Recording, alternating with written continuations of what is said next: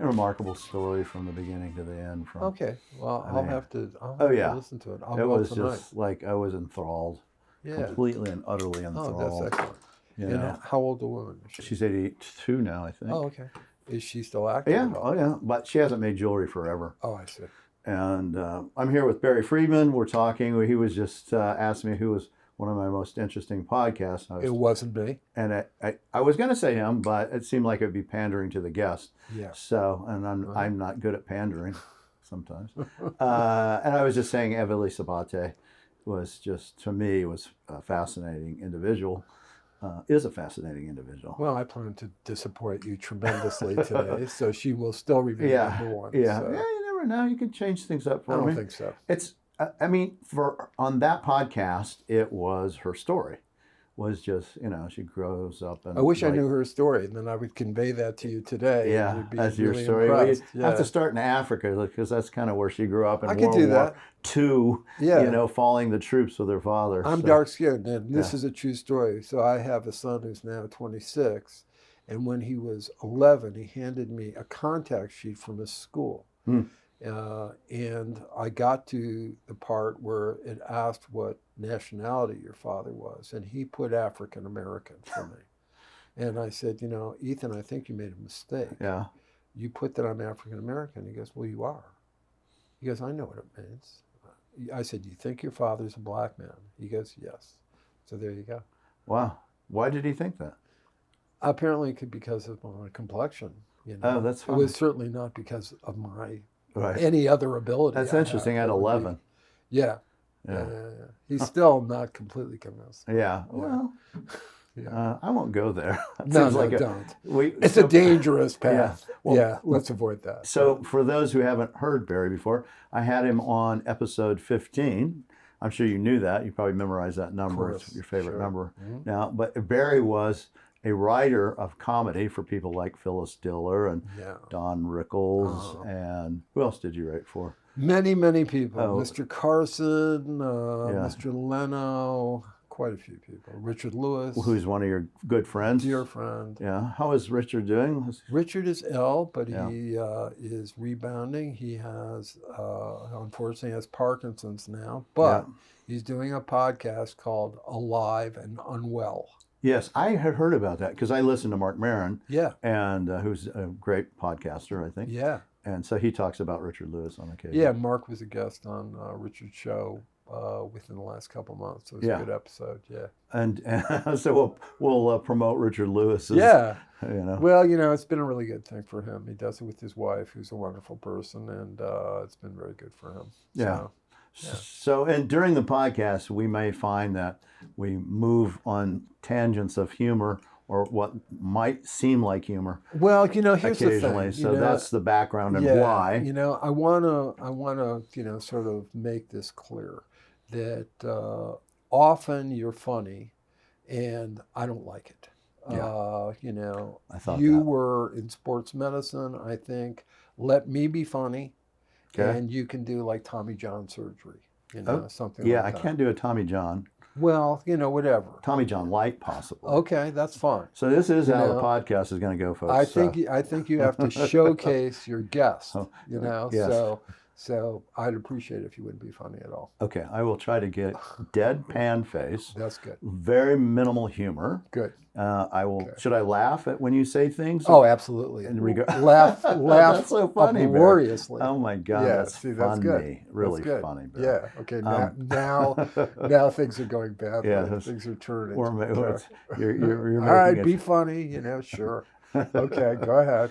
Well, the reason I bring up the comedy part, yeah. One, I love comedy. I'm a fan of comedy. I'm so inspired and in awe of a great comic and those who can tell jokes and write jokes and just do all that. And you did that till you were in your mid-50s, early 50s? Yeah, till I was 55. Yeah, 55. Yeah. So, what we're going to talk today about is trade blankets and a movie that's Barry provided all the trade blankets for, Killer of the Flower Moons. But you have to know the backstory to just kind of get a sense how the hell do you get from writing for professional, world-class comedians to It's been a trade blankets. circuitous route. Yeah, I would say Yeah. so. Yeah. Is that with a C or an S? That's with a C. Okay. Oh, that's not being funny though, right? I'm not being funny. No, that's just okay. Just want to make sure. that's totally, I think Okay, just that's all right. properly. So scholastic. circuitous in the sense that I know on our last podcast you had even talked about you started buying blankets or were exposed to them like in your early 20s, right? Yeah, I was 22. Yeah. My first one I bought in 1969. Yeah, 69. And I don't know if I told you this or not, but the first one I ever bought, I bought it at a garage sale, and it had a price tag on it that said 85 cents firm. Yes. And I gave the woman $1, and she gave me 15 cents change. And I thought, this is a price point that I think I can Deal be with. very happy with. They So haven't changed a lot though, have they? they've changed not much, really. Really. Another not much. zero. Another zero. Yeah. $8.50. Yeah. So Well, so yeah, and that blanket, how long was it till you sold it? I can't really answer that question because I started amassing them in very large numbers At that and, time.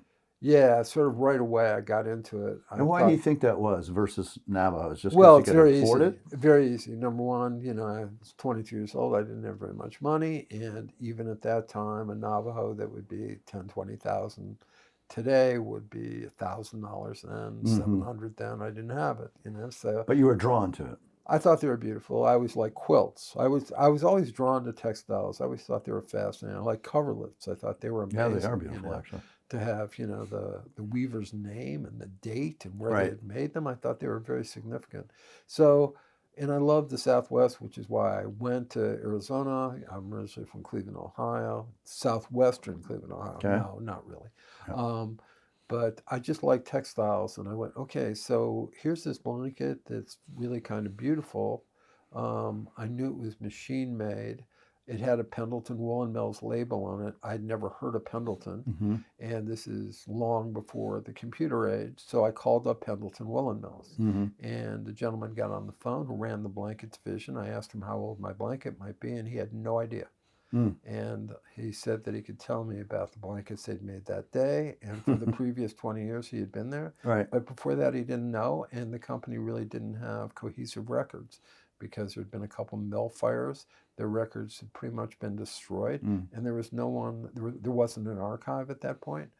So I said, wow, here's a company that made these things Right. and don't know anything about them. And they opened up, what, 1896? 1896. So they did know that. He said, we know we've been making Indian pattern blankets since 1896, but we don't have any of them. So I said, okay, this is really fascinating. So then I sort of went out in the world and couldn't find anyone who collected these things or knew anything about them. There was no written material whatsoever. I bet. Yeah, I mean, zero. And Right. I'm going, okay. And for 3 years, I never even heard of another collector. And so I would find blankets that would have different name tags on them, and I would, do research, and I would find descendants. They usually had the name of the company and where they were located. So I would call up local information in that city and ask for that name, and then sometimes they'd give me 20 names, and the sixth or seventh name would go, you're asking about the woolen mill from 100 years ago? Right. And then I'd find the matriarch or the patriarch of the family, Right. and they would still have memories. There was one, the first company that made them was a company in Jacksonville, Illinois called CAPS, C-A-P-P-S, 1882, I think. 1892. 1892. And so the matriarch... So 1917. Very good. There we go. Okay. Excellent. All That right. was really good. That's all my knowledge. I'm now out of knowledge. That's tremendous. Anyway, so I talked to the matriarch of the family, Yeah. and she had been at the factory the day Buffalo Bill came to buy blankets for the Indians and his Indian troop. Oh, wow. So, I was at the exact right time because most of these people were in their 80s and 90s that Right. had any knowledge of their grandparents' factories. And had I waited another 10 years, all those people would have been gone. That's Excuse so me, I'm interesting. drooling. Is that bad? No, that's fine. Okay, Drilling's good. fine. So, Spitting's not good. yeah, well, it's good. But so it was really interesting. I sort of started at exactly the right time. And then what really sort of made it understandable for me was I started finding catalogs. So now I saw designs over the course of years by single companies and color palettes. And so over the years, I can see any kind of blanket pretty much. And from 50 feet away, I can tell you whose it is because it'll have a hue of a certain color that only that company used. Mm. So it's kind of like a car collector. If Jay Leno sees a 1936 Dodge, you don't have to tell him it's a 1936 Dodge. He sees the headlight Right. and the grill, and he goes 36 Dodge. So Yes. I'm kind of that way with blankets, as you are with, a million of the things that you sell. You Yeah. see a Navajo rug. Yes, that's true. Yeah, I mean, you just know. And you can do it, which company it is, by the color. Yes. But can you look at like a Pendleton from a distance and I know which Pendleton that blanket that is, if value-wise, or do you have to? Yes, with the old blankets, I deal in blankets pretty much that were made before 1930, 1940s at the latest, because during the Second World War, the factories were commandeered. Right? Yeah. And so they switched. Pendleton was the only surviving manufacturer left at that time. They started making army blankets and sleeping bags. So everything was for the war effort. So before that time, in the blankets I specialize in. People ask me about modern blankets, and quite frankly, I'm befuddled because Pendleton makes hundreds of blankets a year. Mm-hmm. Anyone can have a blanket made by Pendleton if you order enough. Mm-hmm. You could have a blanket with your picture on it. Right. Or your dog's picture if you order enough blankets. So about half of their blankets are privately commissioned. Mm-hmm. And so the people in the outside world have no idea about those blankets. Yeah, and I'm sure there's an active market for those, especially, I mean, that's like collector's cards. Right? Yeah, I mean, Ed Mel's done one, Logan Ajeж has done one. There's all these individuals that have done it. Yeah. And I'm sure some of those are quite valuable because whatever the run was and it got sold out, and on the resale, they might even be more than, probably are in some cases, I would think, more than what they sold for originally. Yeah, well, the one, new blankets. The guy who's done the best, I would say, that really has escalated in value is Dale Chihuly, the glass artist. Mm. Dale has done, I think at this point, I could be wrong, 26 or 27 blankets with Pendleton. Wow. That are basically just drawings that he does that are, basically, thrown onto a wool blanket. Yes. And Dale has such a huge following that his glass collectors collect the blankets as well. And so those tend to go up in value. Mm. A lot of the other blankets, because there's so many of them, Pendleton really is sort of promiscuous in their blanket making, to tell you the truth. And it's overwhelming. Even the people at the factory don't even know how many blankets they make as far as varieties. Mm. So, and a lot of them, like I said, are for corporations or for Indian tribes, or, like anyone can have one made. You just have to order a set amount, and you can have anything done. So, yeah, I don't really deal in the modern blankets at all. The old blankets really fascinate me, and that's always been my focal point. I think a lot of people, when they see these older blankets, from 1896 or even earlier, 1892, they think that, those are appropriated Indian designs, but in reality, it's not that way at all, right? That's exactly right. I'm glad you brought that up. This is a very controversial thing, particularly for Pendleton, again, being the only surviving manufacturer. I recently did a lecture in Lewistown, Montana, and there were a lot of American Indians there. And I always end up in this conversation with American Indian people because they've grown up with the blankets, and this is part of their culture. Right. And they've seen them since the day they were born. And I think don't know really the history or where they came from. So because they see them every day, of course they think they're American Indian and American Indian cultural icons. But the designers of these things never use sacred symbols on the blankets. None of them tell a linear story. Mm-hmm. And none of them can really even be ascribed to a particular tribe. They're just sort of elements that are found in textiles and every other kind of art that goes back tens of thousands of years. They're geometric designs. Mm-hmm. So the primary designer at Pendleton from 1901 until 1929 was a guy named Joseph Rounsley. And I've seen his personal library. That is one thing that Pendleton has managed to keep over the years. And all the books were European books about historic geometric designs. Mm. And none of them were about American Indian culture at all. And like I say, the Indians have seen them for so long now that they almost presume that they are Indian conceived, Yeah. but they're not really. And the designs, when Roundsley was making them, were so time consuming. They would take onion skin paper and he would put pinpricks where every stitch should be. Mm. And so a typical design would take a year to actually do before they actually made it. So I can see why they feel that way in a weird way, even though that may not be the case. yeah, But just from the fact that so many geometric designs, especially planes designs, are those kind of, geometrics. I totally understand, Yeah. Exactly how they feel too. I feel kind of weird, being a white guy trying to tell them, about their own culture, and sometimes I'm sure they're not too happy with what I'm saying. I'm only presenting, my view, Yeah. But I also understand the controversy. Pendleton has been accused of a cultural appropriation many times, but I think most people that really understand the history of these, including many important American Indian leaders, actually defend Pendleton. Yeah. So, and I guess they don't really need me to do it, but Yeah.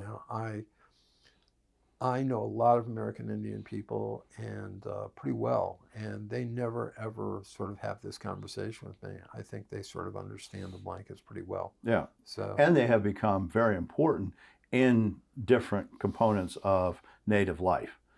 I know from Yes. the Navajos, Yes, they're often yes, given, yes. all these are often given Yeah. as gifts and yes. different events Yes. throughout the Southwest and Yeah, absolutely. They're given for christenings, for weddings, Yeah. for high school graduation, for almost any important occasion. Some of the Apaches, the Zuni, still use Pendleton blankets as burial blankets on many occasions. There's an all-black blanket that Pendleton has always made but never offered to the public called the Zuni. And that has traditionally been a burial blanket that they only sell to the Zuni. That's interesting. Yeah, so I'm so interesting. Yeah, it is. That's a really interesting thing. Yeah, it is good. Yeah. And when I first heard about it, I was fascinated. So in my first book, there's a picture of one of those blankets. Somehow it ended up in Dale Chihuly's collection, and he was kind enough to allow me to photograph it. So, but you don't find them in non-Indian hands. I don't think I've ever seen another one. Yeah, I've never seen that. That a non-Indian owned. Yeah. Yeah. Well, I mean, and again, it comes down. It's interesting because Pendleton's. I deal in a lot of textiles of all types, but I don't really understand the Pendleton. I know some of the history, but I don't understand how to price them. I don't know what makes a great one. I don't know what makes a poor one. Yeah. Other than condition, and I know condition is critical for all these pieces. Of course. As most things. Yeah, but, of course. But really these, right? Yeah, I mean, yeah. it really is. Well, yes. Most collectors would rather wait and get something perfect than get something that has a cannonball-sized hole in the center. Right. Can they be repaired? They can't. The weave is too dense. Yeah. This is not like a Navajo weaving Right. where you can actually get a needle in there. Right. You can't do anything with these. They're far too densely woven. There's hundreds, if not thousands, of stitches to the inch. The really finely woven ones, probably the finest woven ones, were from the Racine Woolen Mill. And they went out of business in 1912. Their blankets are so densely woven you couldn't begin to repair them or it wouldn't be obvious. So no, they can't really be. And these repaired. early companies that were selling these, who all were they selling to? I mean, obviously, were they actually marketing to Native Americans, saying these are, or is it just somehow ended up, that's in a good trading posts, and they go, what was it? Well, that's an excellent question. Pendleton is the only one of these companies that went into business to actually sell to the American Indians. And they found out right away that, number one, they were restricting their sales. Why couldn't they sell to Caucasians as well? And they learned that very quickly, and they started selling to Caucasians almost as soon as that realization, sort of came to be, which was pretty quickly. All the other companies, the Indian pattern blankets were always an additional product, which was usually a small part of their manufacturing. Most of them made standard bed blankets and any other kind of woolen good that was profitable, that they could sell in the area. There was one mill in particular that's really fascinating it's called the Knight Woolen Mills. They were in Provo, Utah. And Brigham Young was the original investor in the mill. And everyone who ever worked there was Mormon. And no one really knows why they made Indian blankets. They only made them for about 5 years. And my conjecture has always been that there, as you know, there were a lot of Mormon Indian traders. And I think that perhaps that makes sense. some of the traders might have made a request to the woolen mill to make some Indian pattern blankets. But they're the rarest blankets of all. Very difficult to get. What are they called? Knight Woolen Mills, Knight. Huh. There was a guy named Jesse Knight, and he acquired the mill around 1915. He was an international tycoon, and he donated most of the land that Brigham Young University is built on. So, And are they pretty blankets? Are they? yeah, they're pretty good. I would say Racine Woolen Mills made the most beautiful of all if you had to pick one. But all of them had their moments. There were really 6 mills, including Pendleton, that made them. And they all have some gorgeous blankets. But Racine, pretty much on a regular basis, made just magnificent blankets. They sort of overpower everybody else's. And they went out in 1912? Yeah, but they sort of, dithered a little bit on with another company in Ohio where they sort of shared designs. But as a manufacturing facility, closed 1912. And what were they selling for at, like, say, the turn of the century? Do you know what? Yeah, $8 or Pendleton's $9. Yeah. Still, that's a lot. Yeah. Well, they were high quality blankets. Yeah. They were color fast. They still exist, you Yeah. know, so they were built to last. And then what we have never talked about is sort of their adjunct, which was the cheap version of them, which were called camp blankets, which I also deal in. And those are cotton. And those were sold almost strictly through dry goods stores and department stores like J.C. Penney, W.T. Grant, the big department stores of the day, Montgomery Ward. Those sold for $1 or less. And sometimes they call them carnival blankets. They were prizes at a carnival sometimes. Yeah, I've seen these blankets before. Also Indian patterns. The most famous manufacturer is Beacon Manufacturing. Yes, Beacon. And Beacon those can be $1,500 for the very best ones. Yeah, in mint condition that are around now. Yeah, they're spectacular. And there's probably also the poorest condition because they're cotton and they don't hold up as well. Yeah, well, the woolen ones can get pretty shabby too. It just depends how hard they're used. I've seen them with, in condition where you just throw them in a dumpster. Yeah. I mean, it's like anything, people don't value them, Right. They were used to move furniture and, picnics and God knows what else. And how rare is it to find something that's absolutely mint condition from, let's say 1890s? Really rare. In fact, has it ever have you found those? Have you had those blankets? Yeah, it's a bit few and far between. If I get one a year, that's a good year. I see. For one that old. This is a very tough business model. Well, it is. The thing which is why I'm the only person that specializes in them. It's very hard to replace merchandise. When you get one a year that's mint. Yeah. That's, as you say, it's not really. And they're not expensive. I mean, relatively speaking. Oh, compared to a great Navajo, they're free. Yeah. I mean. So a good blanket, not a rare one, but a good one in excellent conditions, like $400 or $500. Oh, well, I'd say entry level is about $500. You can get a really, really nice one for $1,000. That buys, maybe a tassel on the Navajo weaving. I mean, really. Well, maybe not a tassel. Well, I mean, really, $1,000, you don't get much of a rug for $1,000. Yeah, depending on what it is. Well, from you, of course, they get a magnificent rug for $1,000, but for the rest of your competition. Well, I won't talk about that either. But, they're very inexpensive and they're historic because, what we haven't talked about is the people that own these things, and the thing that is sort of magical about this, since 1892, and you can talk about this, aniline dyes became available. Yeah. So suddenly, American Indians no longer had to, go through the vegetal process to make Navajo weavings. Navajo weavings became very firmly established, and it was sort of worlds colliding. So the Navajo no longer made blankets for themselves, pretty much, and that's what they had always done. Now they're making this new textile. Yeah, right around the turn of the century, really, it changes. So they're making rugs. They had never made a rug ever. Now they're making rugs exclusively. Yeah, the traders are telling them, listen, we don't need the blankets anymore. Exactly. But we do need rugs, and we have markets for rugs. Yeah. And they're like, okay, we can do that. Yeah. I mean, we need to, do what we've been doing since, Yeah. Spider-Woman has taught us. Yeah. And so, yeah, they switched over and they started making rugs Yeah. really in this transitional period, Yeah. 1890s, 1900. Same time that all these Pendletons are coming in, which probably, I'm sure, affects the Navajo specifically Yes. to be doing more of it, because now there's these cheaper blankets that people can buy that are woolen and pretty and nice designs and everything for a fraction of what, for a fraction of what the Navajo blankets would cost. And people just market forces, I would think. Yes. So what happened is the Navajos, who had always been blanket wearers, blanket Yes. weavers, And traders. They trade all and these traders, to other yes, tribes. now they're making rugs. They still want blankets. Yes, that makes sense, right? Okay. So since 1892, when the first trade blanket was being made, the American Indians, obviously the Navajo, have been making weavings for white guys, and white guys have been making blankets for Indians. So what I buy and sell are the blankets the Indians own. Yes. Yeah. Yeah, it is. It's true. Yeah. Yeah. So And you will still see, when I go out to the reservation, you see lots of people that wear Pendletons and have yeah, them. It's still a very active thing that people want. absolutely. And on the reservations in Indian society, a Pendleton blanket is the gold standard. They won't accept any other blanket as being really, sterling and get it. good.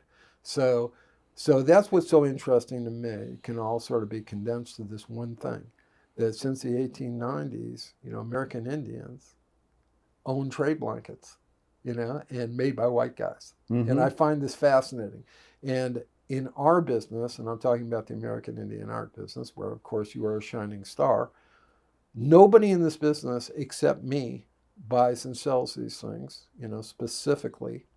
And no one seems to know anything about them, It's which true. is wonderful for me, Yeah. but also interesting because, as I told you earlier, I've been around all of you for years and have absorbed literally nothing about Navajo weaving. No, that's not and true. I should have. That is No, not true. no, it is true. I've seen you with Navajo blankets. I'm and not rugs. good. I'm not good. Maybe It's- not your expertise, but No, it's amateur hour. Trust me. Yeah. I would go to you and go, Mark, I have this idea what this is, and then you can correct me. Yeah. So because of this, and again, I mentioned this earlier to you as well, is because I'm the only person that buys and sells these and does this exclusively and does not really sell anything else, not jewelry, not pots, not Right. anything, I have become Switzerland. So I am just immensely well liked because I don't compete with anyone. And they just Any go, other dealers. oh yeah, they go, yeah. In private life, of course, everyone doesn't want to have anything to do with me. But among dealers, Right. I'm like golden, because I never take $1 out of their pockets. They all like that. So they're all amazingly friendly. So why do you think other dealers haven't specialized in this, or other people? I know Bob Capone, who owns Rainbow Man, Yeah. did for a long time have a Yes. great number, and he wrote a book, a Yes. very good book. Yes. But he kind of got out of that early 90s, right? Bob, first of all, he wrote an excellent book. Yeah. And really excellent book. It's called Language of the Robe. Yes. Came out in 1991. I remember when it and came it's out. still highly readable, and everyone should have it if they're interested in this subject. And Bob went on to other things. He has a lot of interests. As you know, he specializes in Curtis. Right. He's got a wonderful shop. His shop is still thriving. I was there maybe a month or two ago. And he thought he had sort of completed his run with trade blankets when his book came out. So now I think he's deeply into Chimayo weavings. Yeah, Is the kind he of likes weavings those he much really more, likes. yeah. So he really sort Makes of sense. got out of it in 1991. And I'm sure he would buy a good blanket if you walked into his shop, but he doesn't specialize in it anymore. So I'm the only one. And I don't know why other dealers don't get into them. For me, I think it is, they're commercially made. Yeah. So it has less interest. And they're not native made, which also has less Yeah. interest to me. I find them pretty. I've had them. Yeah. And they're very decorative. I've even had some of the contemporary Pendletons, which I like Yeah. a lot, actually. But yeah, it's something that I know very little. Not very little. I know enough, but I know enough to call you. Yeah. If And I always nothing else, appreciate that. you know. See, I understand exactly what you're saying. They are not commercial. So, when you put one of these, next to a magnificent Navajo weaving that artist created out of their own imagination, I can see where you go, oh gosh, these two really don't compare. But I always fall back to, what are the Indians like? They love the blankets. No, it's very true. Yeah. So here's two white guys talking about, whether things are good or not. But what the Indians really like are the blankets I buy and sell. So that to me is a really important facet of this. Yes. When American Indians see my stuff, they lose their minds because I have blankets they've never seen. Yeah. And predate, their lives and predates usually their grandparents' lives. Right.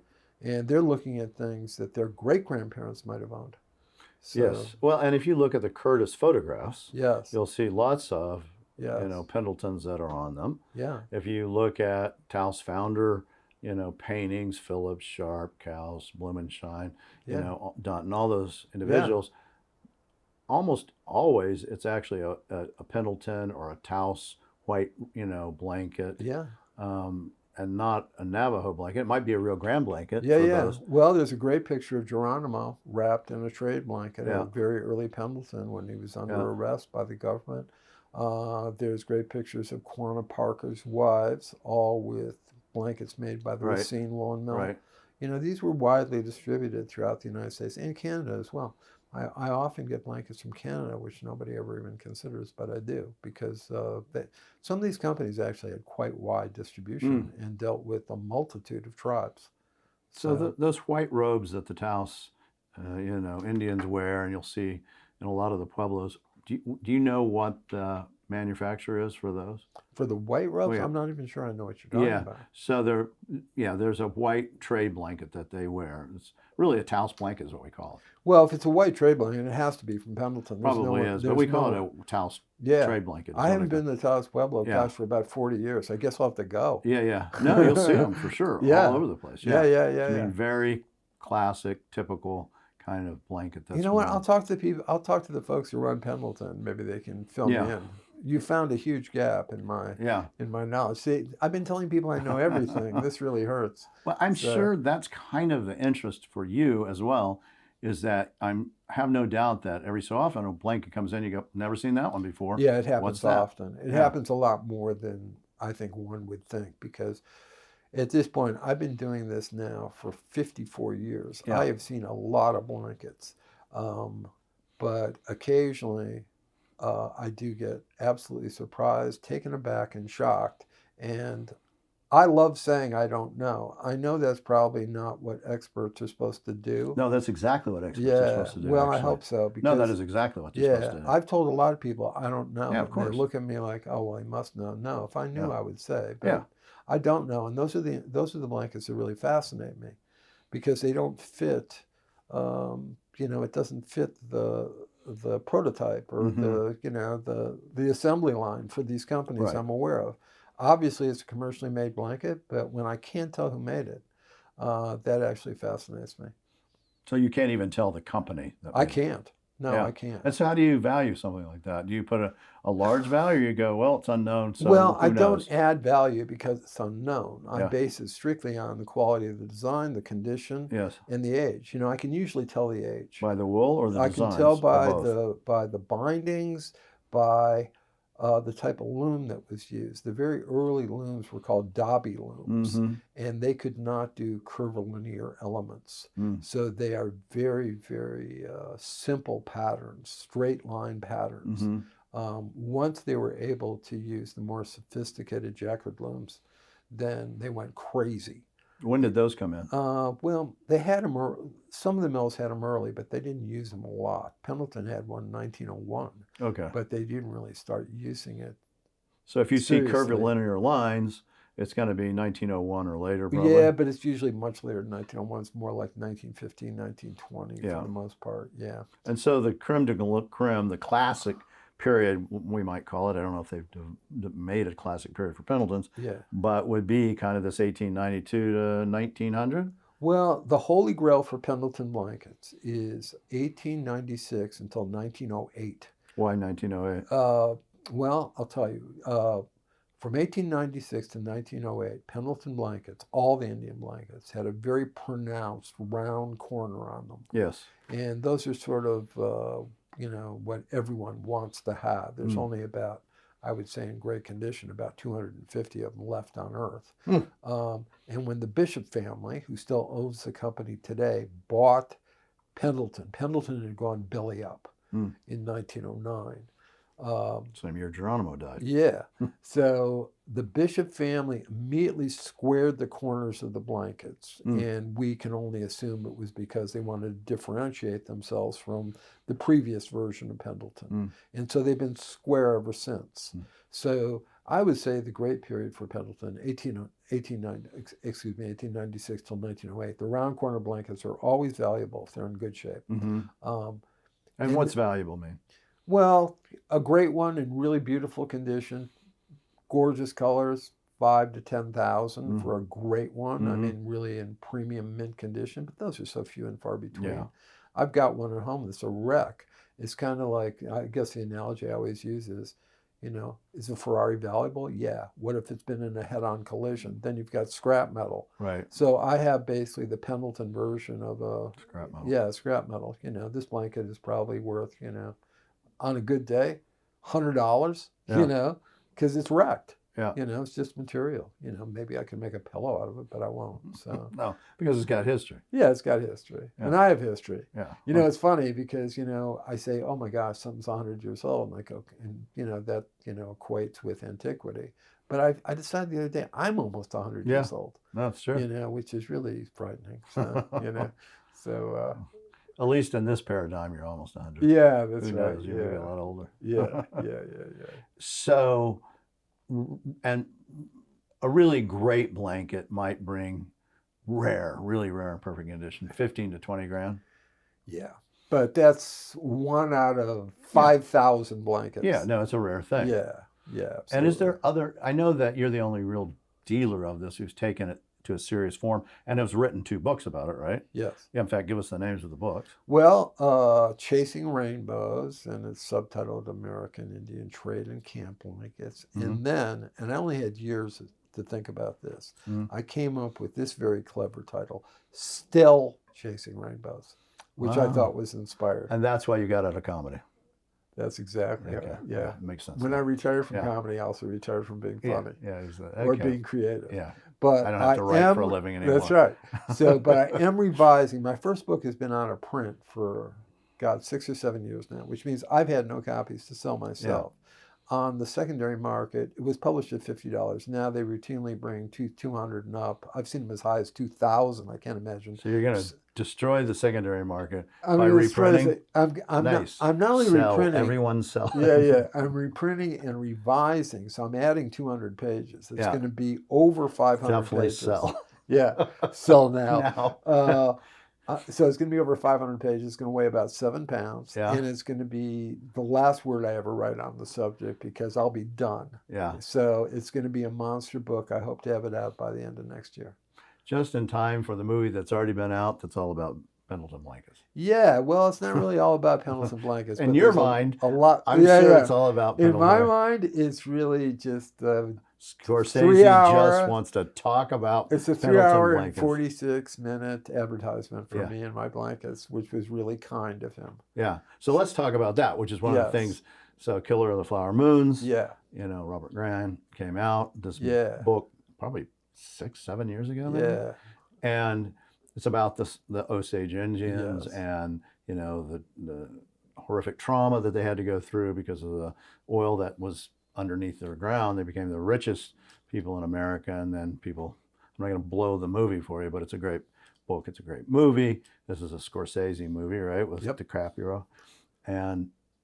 But it's about blankets too. When you read the book, they talk a lot about blankets. As well they should. Yeah. Every book should talk about blankets. But it's true. They do talk about it. Well, they were a very important thing for the Osage. Both men and women wore them as part of their everyday wardrobe. The men tended to wear very flamboyant blankets. Most of their blankets came from the Racine Woolen Mill, which is the one I mentioned earlier that made my favorite blankets. The women preferred very simple striped blankets, striped shawls. And by a shawl, I mean that it has fringe on it. Mm-hmm.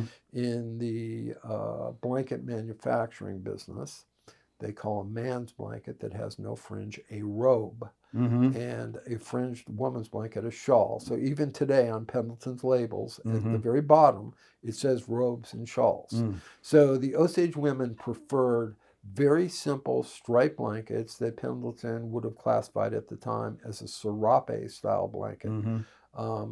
And so this movie is set in the 1920s. Yeah, like 21, right? Yeah. And it's a fascinating story. It's a fascinating true story. And they came to me because they needed blankets, which were the appropriate thing for the movie. Yeah. And so I was contacted by their costumer, a woman named Jacqueline West, and she wanted to rent the blankets from me. And I said, no, thank you.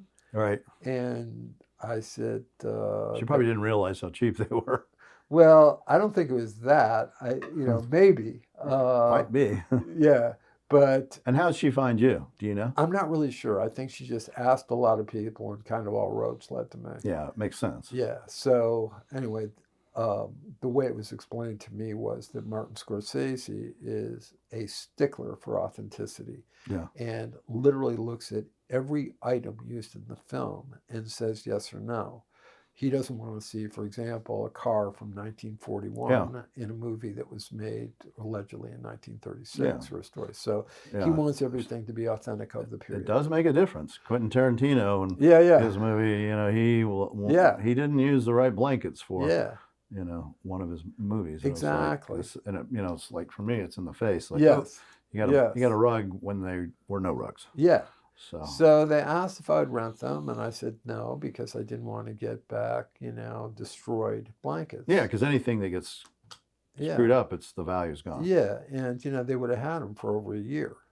So my chances of getting back the blankets in the same condition that I rented them were non-existent. So I said absolutely not, that I wouldn't rent them. Of course, they would have rented them at like 25 to 40% of the retail value, probably on a 2-week basis.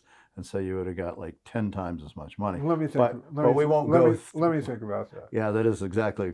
Having done some of these in the past. Well, I actually had no experience renting blankets, so I think more than anything, I had a lot of experience selling blankets, but none renting blankets. So I think I just defaulted to the sell mode. So I just said no, thank you, and then she called me back very quickly, a day or two. And said, well, I guess we're ready to buy blankets, because I guess they had tried to find them elsewhere and, of course, couldn't find the amount they wanted. Yeah, how many did they need for the show? Well, they got 60 from me. Yeah. But then they also needed, as I mentioned, the Osage women vastly preferred these striped blankets. And I only sold them, I believe, 7 of those, because that's all I had that were from the 1920s. Right. So they got a hold of Pendleton, and Pendleton agreed to make, I believe it's 4 different colorways of striped blankets.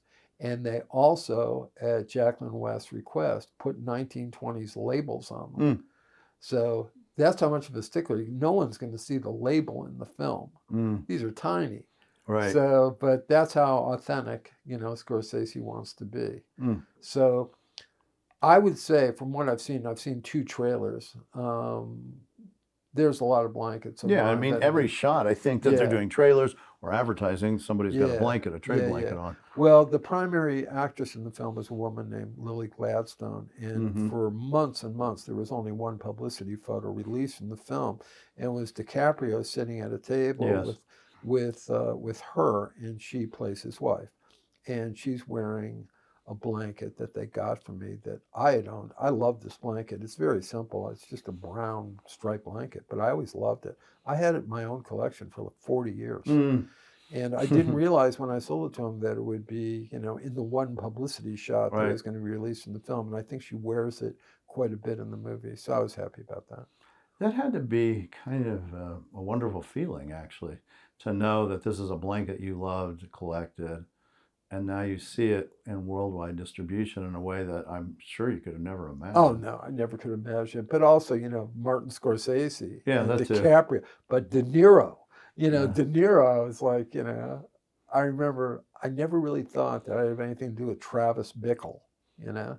So, you know, Taxi Driver is one of my most favorite movies of all time. So, you know, just being put in the same sentence with those Yeah. people is sort of extraordinary. And no, of course, it's unimaginable, Yeah, but it was your path, man.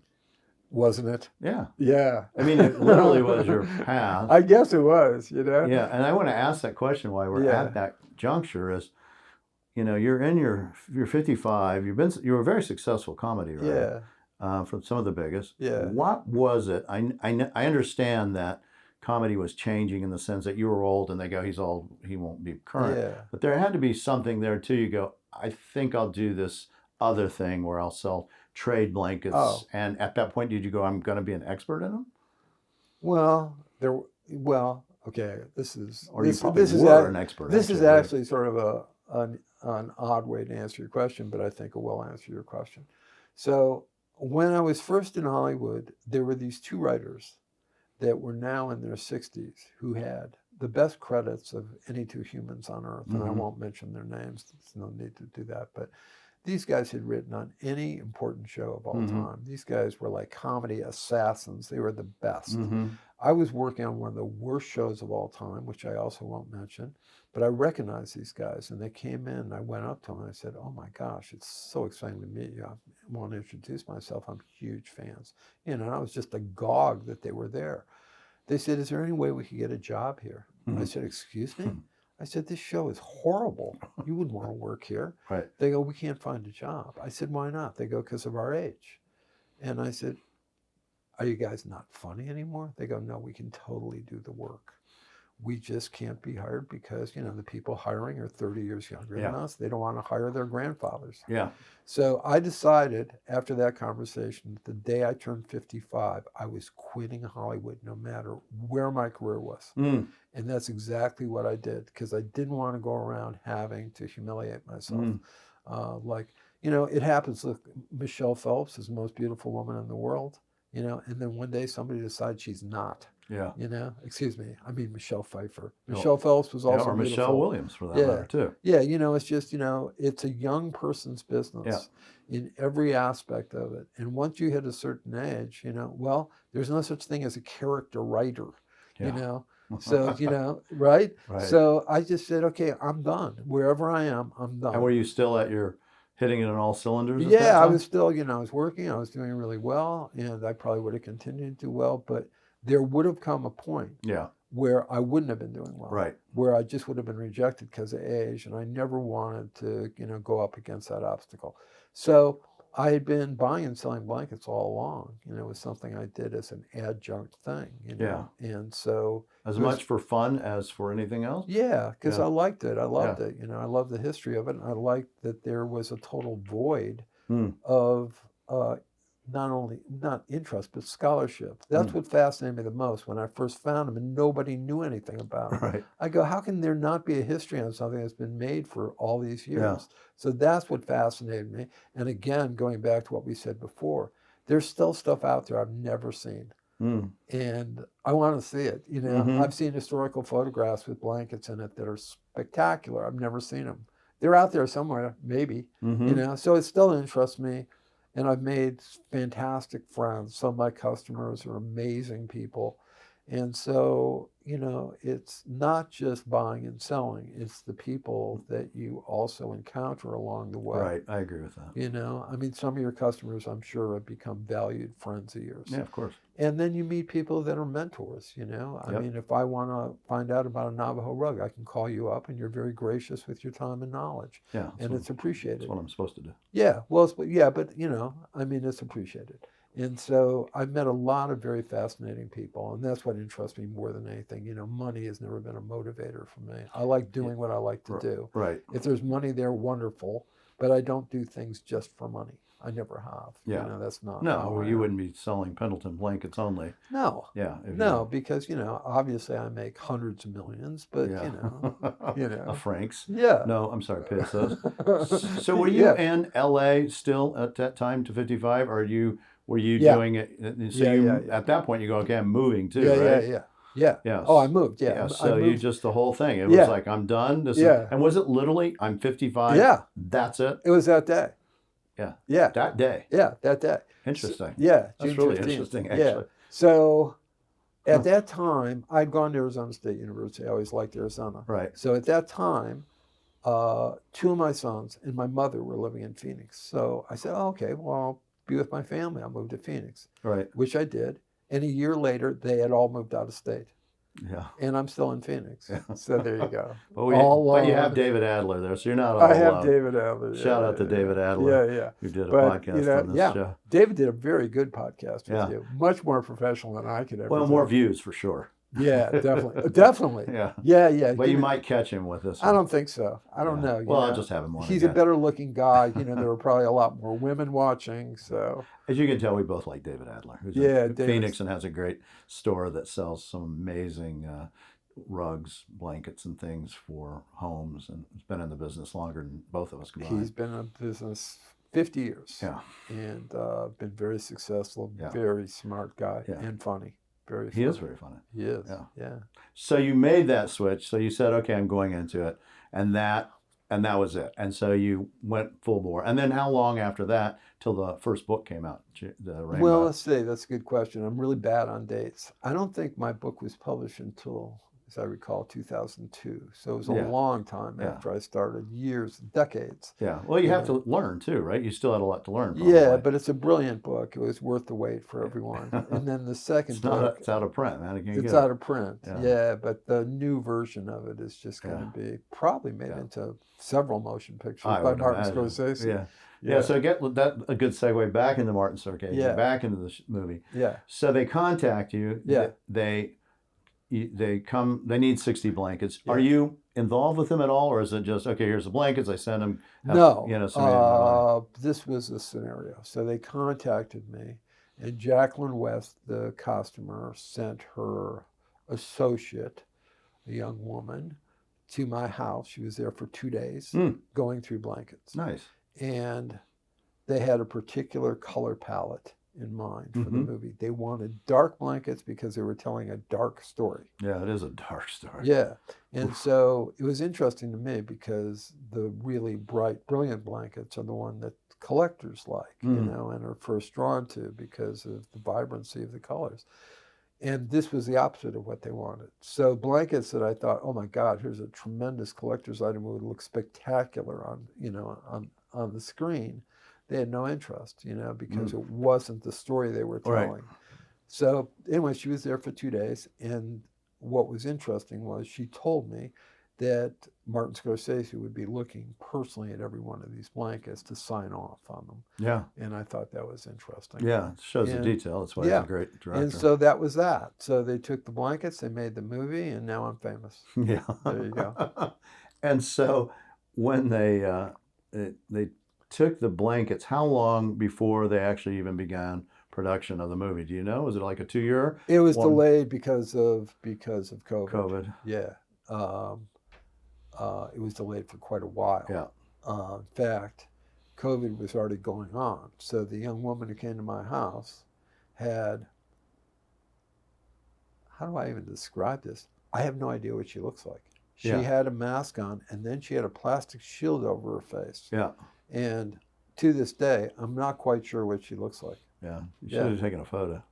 I should have, yeah. Yeah. No, Yeah. just because to document history of what's going on, really. Yeah. Nothing else. And also when the cast and crew got to Oklahoma, there were sort of those same sort of safety measures in place. And a lot of people looked like that. Yeah. And I guess they would go into town in Bartlesville, Oklahoma, Mm-hmm. and people would look at them like they were from outer space Mhm. because a lot of people there were unmasked at that time. And did they film it in Pawhuska?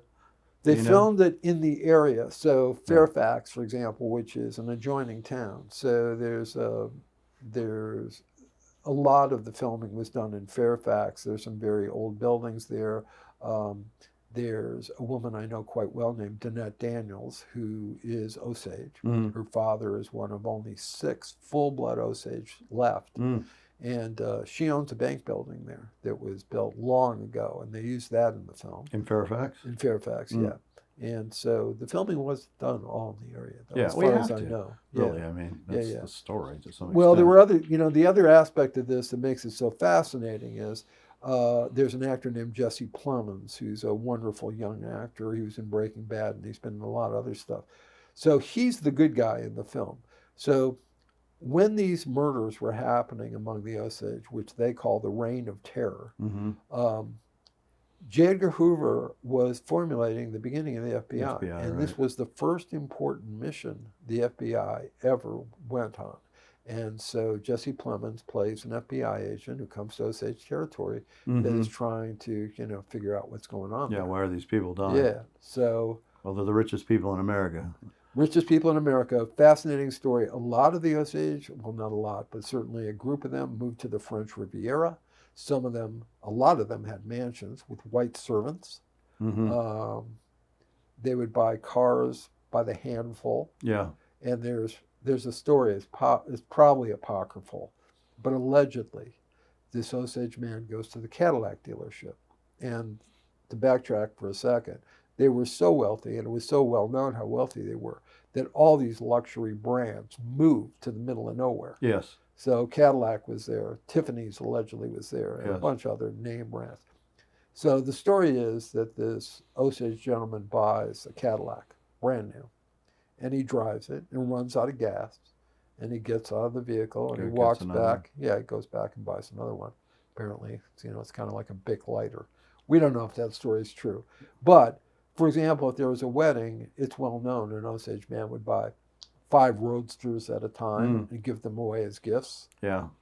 But as the movie unfolds, it's a very, very dark, horrible story. Yeah. So Well, and if you think in 1921 when this took place, Native Americans couldn't vote.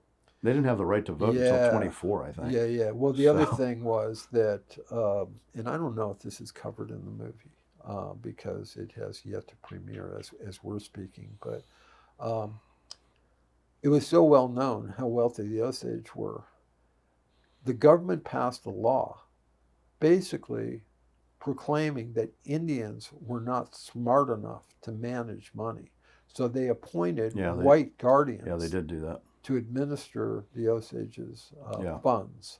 And that was really, sort of the death blow. And I mean that, I guess, in a very, very active way. Yeah. These guardians, for the most part, were the ones that were behind most of the shenanigans. Yeah, and they had, the Osage had the money, but they had no power. Exactly. Right? I mean, they didn't have even the simple power to vote. Exactly. So, I mean, you can imagine how traumatizing that had to be. And they're stripping away all their culture, their dress, and their children, which all had to go to boarding schools. And they were victimized just locally. Let's say a funeral for a Caucasian was $50. It'd be $5,000 for an Osage. Yeah, I'm sure they did all those kind of things because it's just, it's...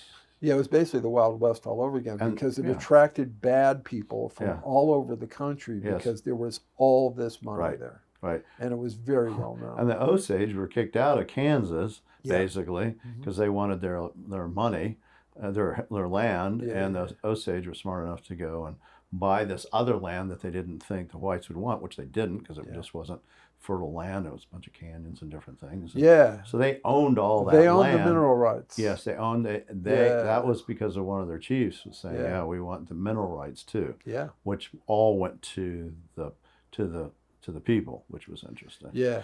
But it's a fascinating story. Yeah, it's an amazing story. And the guy who wrote the book deserves an enormous amount of credit because this story was actually pretty well known. Yes, I heard that. But he did an enormous amount of original research that really unlocked a lot of details that are essential to the true tale. And I think he did extremely well financially. But I also have to say, being a writer myself, and you being a writer, when you read this book, this guy is a very, very skilled writer. Yeah. This is not some hack that got a good story. Oh, no. He's written a lot of books. Yeah, and he's good. I mean, he's really good. You read this book, and it's very compelling. So very well written. So whatever he's achieved, he's earned it.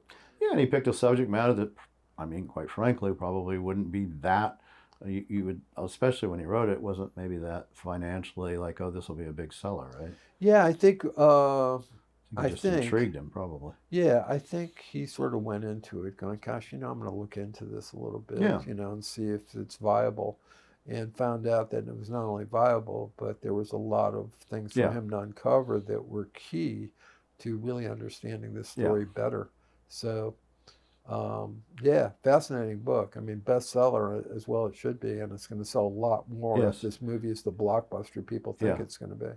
I'm sure it will be. Well, I find it fascinating, just the whole concept of it. Well, allegedly, DiCaprio in particular, a lot of people who've seen it debuted in Osage Country. As it should. So a lot of the Osage that I know have seen it. And most of them agree that DiCaprio did, in particular, a magnificent job, and that he will undoubtedly get an Academy Award nomination. I don't know if he'll win or not. Yeah. But he originally was going to be a good guy in the film. He was going to be the FBI guy. Right. And he said, no, I want to be the bad guy. Yeah, it's much more intriguing in some ways. And De Niro plays his evil uncle. Yes. So, so I'm waiting to see it. I'm excited. Everyone I've ever known wants to see it with me. It's a 3-hour and 46-minute movie. Wow. I think by the 2,181st time I've seen it, I probably will have seen enough blankets. Suddenly I'm really popular. If the movie's a dud. Oh yeah, I want to have you back on. Yeah. Nah, if the movie's a dud, I'll go back to being an unrecognizable recluse like I usually am. So, but I think it's a very interesting, compelling, sad story. Yeah, it is. We'll see what the movie's like. I'm sure it'll be. I didn't know it was so long. That's amazing they did it that long. Yeah, well, it's a long story to tell, I guess. Yeah. Martin Scorsese, they don't really look to him for brevity. No, but even so. It's the only Western he's ever done. Yeah, no. He got, I think, they actually keep records for how long standing ovations are at the Cannes Film Festival. So I think this got 9 minutes, but it would have kept going, except Martin Scorsese stood up and started speaking because he didn't want it to go longer. Yeah. There's a point. You know who you are if you're Martin, and you don't need. I think so. It's true. Your ego doesn't need it. No. It doesn't matter. Yeah. And it doesn't matter if it's longer or not. It just let me do my thing, and this is what I do. Yeah. It's like what we do. You sell blankets. Yeah. He makes movies, tells stories. Yeah. And tell them about the name, because it's an unusual name for the movie. I assume you know kind of about Killers of the... yeah, you know what? Killers of the Flower Moon that goes back into Osage culture, and I'm not going to explain it because I'm going to get it wrong. Yeah. So I think I will have people just read the description because I will mangle it. Yeah, I didn't know at one time, but I'm old now. I have short-term memory loss. I don't remember who you are, and I don't know where I am. And well, it's the moon comes out in May May. You know this? Yeah. Oh, fantastic! Well, Thank you and it comes out in the May time frame. Yeah. And the small wildflowers, the small flowers, then get overgrown by bigger flowers and they die. That sounds actually right. Yeah, it is. I think that's way better than I could have done. Killer of the Flower Moons. And it's an interesting title. And an analogy, I think, for kind of what happened to the people, right? Yeah. Starting about that time frame, I think it was like maybe May or June when all these things started happening, and with the killer moon. Yeah. So, well, it is an extraordinary story. They had really immense wealth. I mean, almost beyond imagination. Yeah.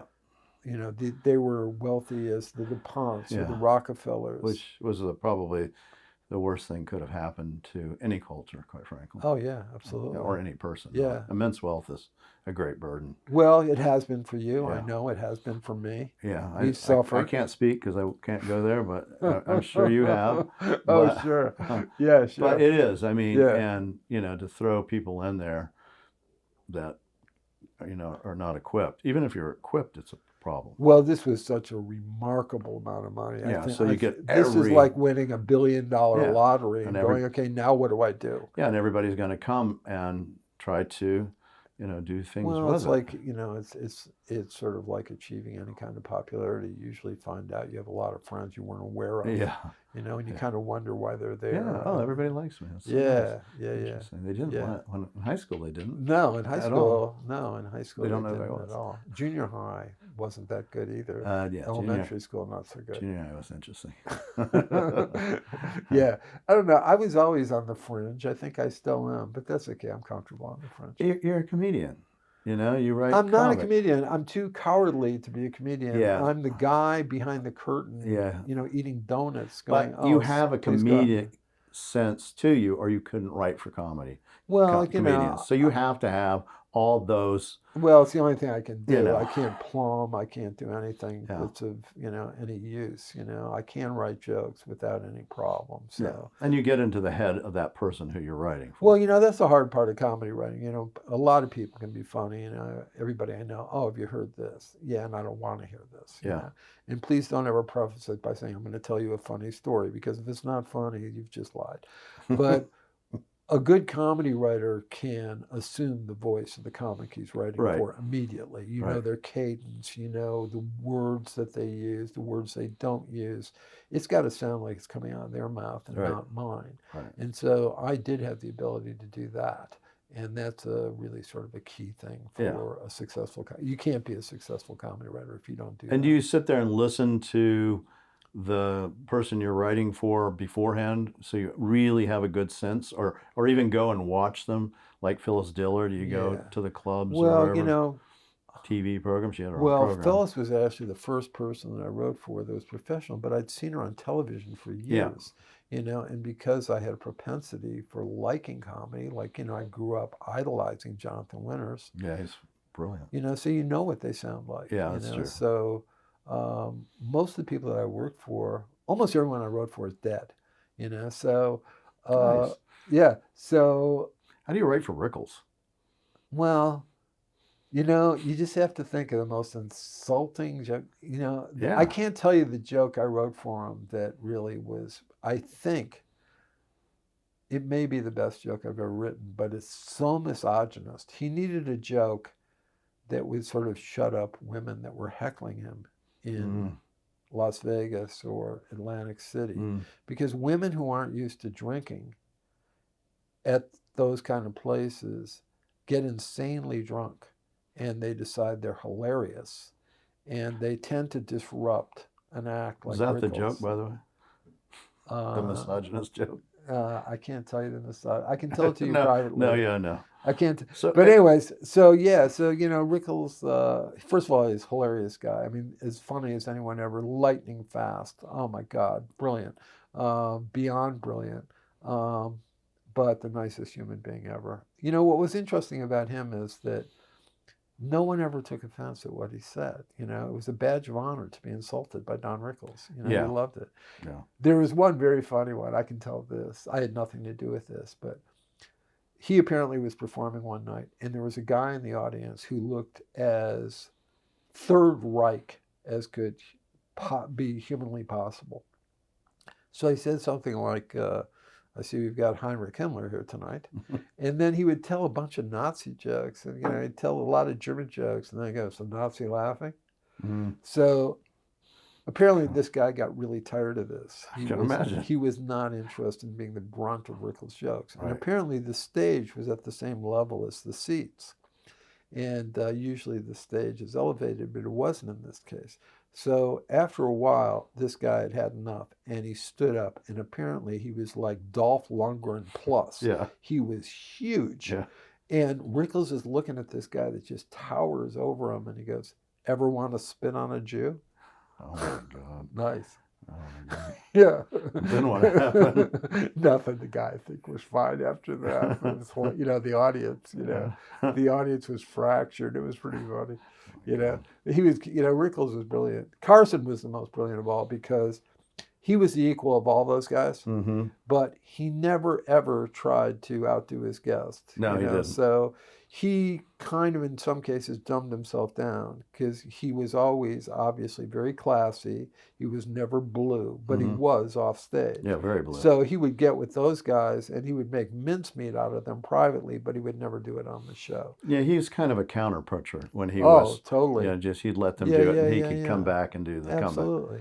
Yeah. So, I mean, but he But was. you would write like monologue joke kind of thing? Yeah, when he would do like Las Vegas or things like that. Yeah.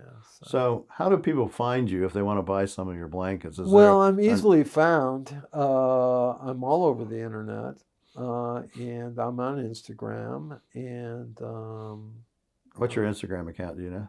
yeah, I'm just Barry Friedman Blankets. Okay, they have the Barry blankets. Friedman Indian Blankets. Okay, is it Barry Friedman Indian Blankets? Sometimes Okay. it's Barry Friedman Blankets. You have 2 accounts. I have many. I Yeah, don't remember any of them, but Barry Friedman Indian Blankets, you'll find me. Yeah.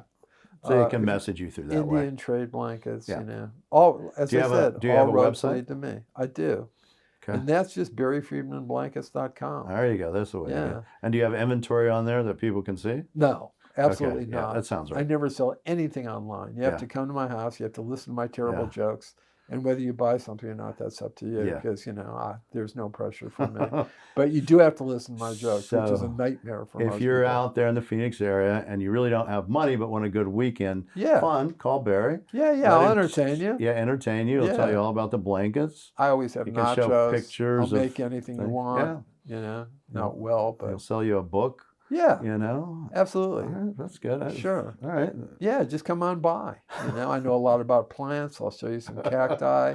It'll be very exciting. You know, bring the kids. So I hope everybody actually listening to this calls Barry. I hope so, too.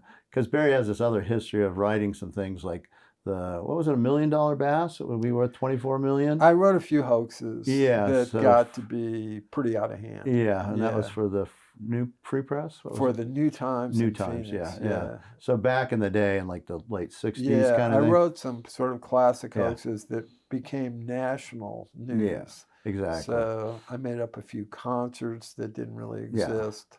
So feel free. I Yeah. mean, the public owes you one, Barry. Yeah, you know, by all means, you know. You can, if you want to yeah. hear these, go back to episode 15, and you can hear yeah. the whole details. Yeah, of, yeah.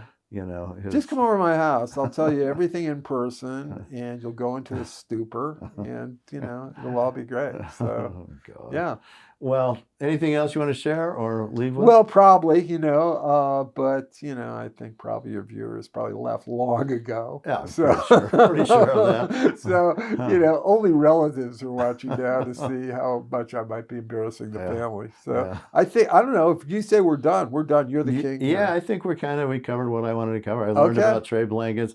I found out some things about the movie that are interesting. Yeah. You know, that's why I wanted to have you down here, because Okay. I really wanted to know more about and understand trade blankets, because Well, it's not my field, you know, and I'm never glad. will be my I'm glad. field, That's by the good. way. That's good. You know, I'll. That's good. I don't want any Who takes it over when competitors. you go? You know, when you're no No longer. one. That's it. You I'm know, the that's end of sad, an though, era. right? Have you thought about? My children want nothing to do. Yeah, with but it. what about some young person that wants to learn about Your trade son, blankets? you're going to send him to my house. I'm Yeah. going to school him, and he is going to become the expert. All right. Your son, Charles. Yeah, he could do it. Yes. All right, if he wants to do it, more power to him. Yes.